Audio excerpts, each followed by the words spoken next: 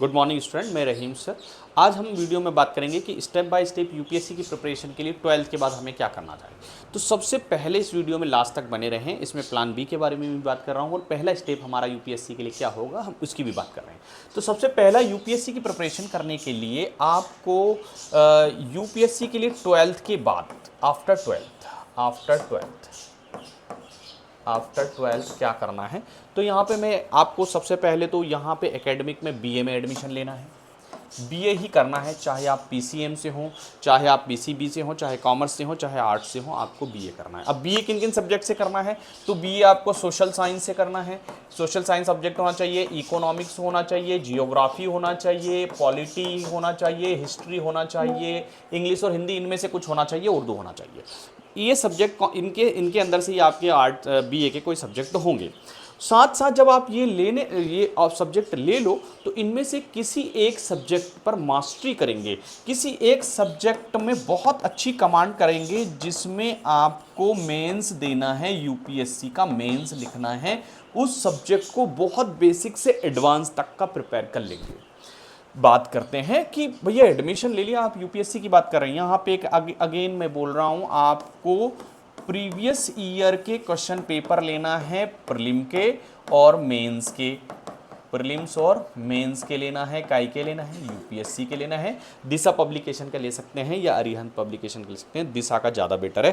Okay, दोनों में से कोई भी आप ले सकते हैं, लेकिन दिशा में आंसर्स अच्छे दिए हुए हैं। उसके बाद क्या करना है, जिस सब्जेक्ट में आपने मास्टरी कर ली, मान लो ज्योग्राफी में कर ली, हिस्ट्री में कर ली, पॉलिटिकल साइंस में कर ली, उस सब्जेक्ट को आपको पढ़ाने लगना है।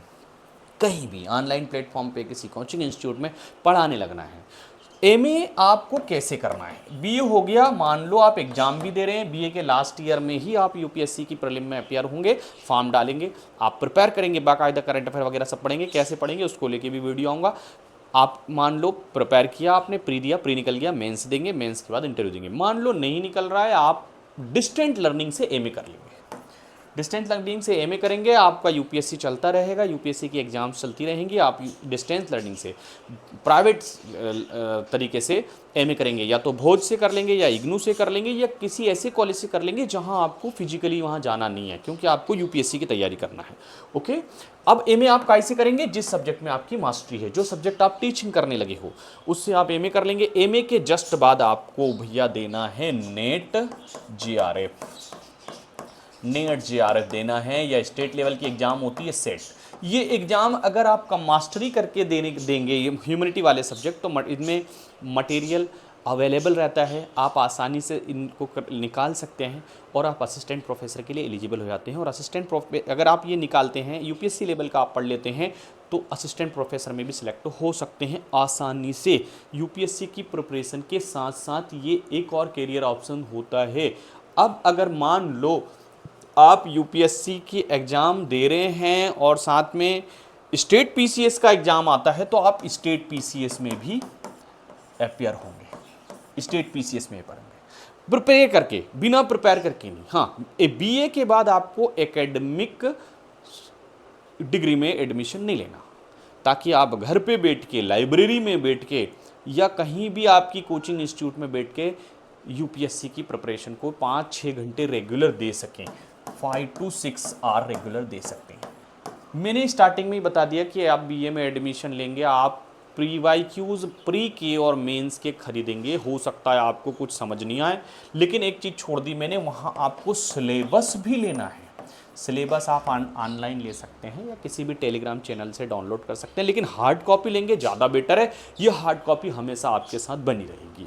ओके, उसके बाद में ये जो आपने जो भी सब्जेक्ट लिया है, आप उसको टीचिंग कर रहे हैं, साथ ही साथ आप स्टेट पीसीएस की तैयारी कर रहे हैं, कहीं ना कहीं आप प्लेस हो जाएंगे। इससे आपके अनसक्सेस होने का और कैरियर ऑप्शन की जो चिंताएं हैं वो दूर हो जाएंगी। साथ में जब मैंने टीचिंग की बात की, तो कम से कम स्कूल के बच्चों को ना पढ़ाएं तो अच्छा है, और अगर स्कूल के बच्चों को भी पढ़ा रहे हैं तो 11-12 के बच्चों को, इससे छोटे बच्चों को ना पढ़ाएं। और मान लो ग्रेजुएशन के लेवल के बच्चों को पढ़ा रहे हैं तो और बेटर है, इससे आपकी जो है और मास्टरी आएगी, जिससे आपको नेट सेट जेआरएफ और यूपीएससी में मेंस का जो सब्जेक्ट है वो प्रिपेयर करने में आसानी होगी। ठीक है, यहाँ मैंने यूपीएससी का पहला स्टेप आपको प्रिपरेशन का बता दिया कि आपको पीवाईक्यूज लेना है, आपको सिलेबस लेना है, आपको प्री और मेंस के पीवाईक्यूज को देखना है। हो सकता है आपको समझ में ना आए, सिलेबस के एक एक टॉपिक, एक एक सब टॉपिक्स कैसे प्रिपरेशन करना है, हर चीज़ की मैं यहाँ पे आपको जानकारी देने वाला हूँ। तो हमारे साथ बने रहिए, चैनल को सब्सक्राइब कीजिए और हमें सपोर्ट कीजिए। Thank you very much.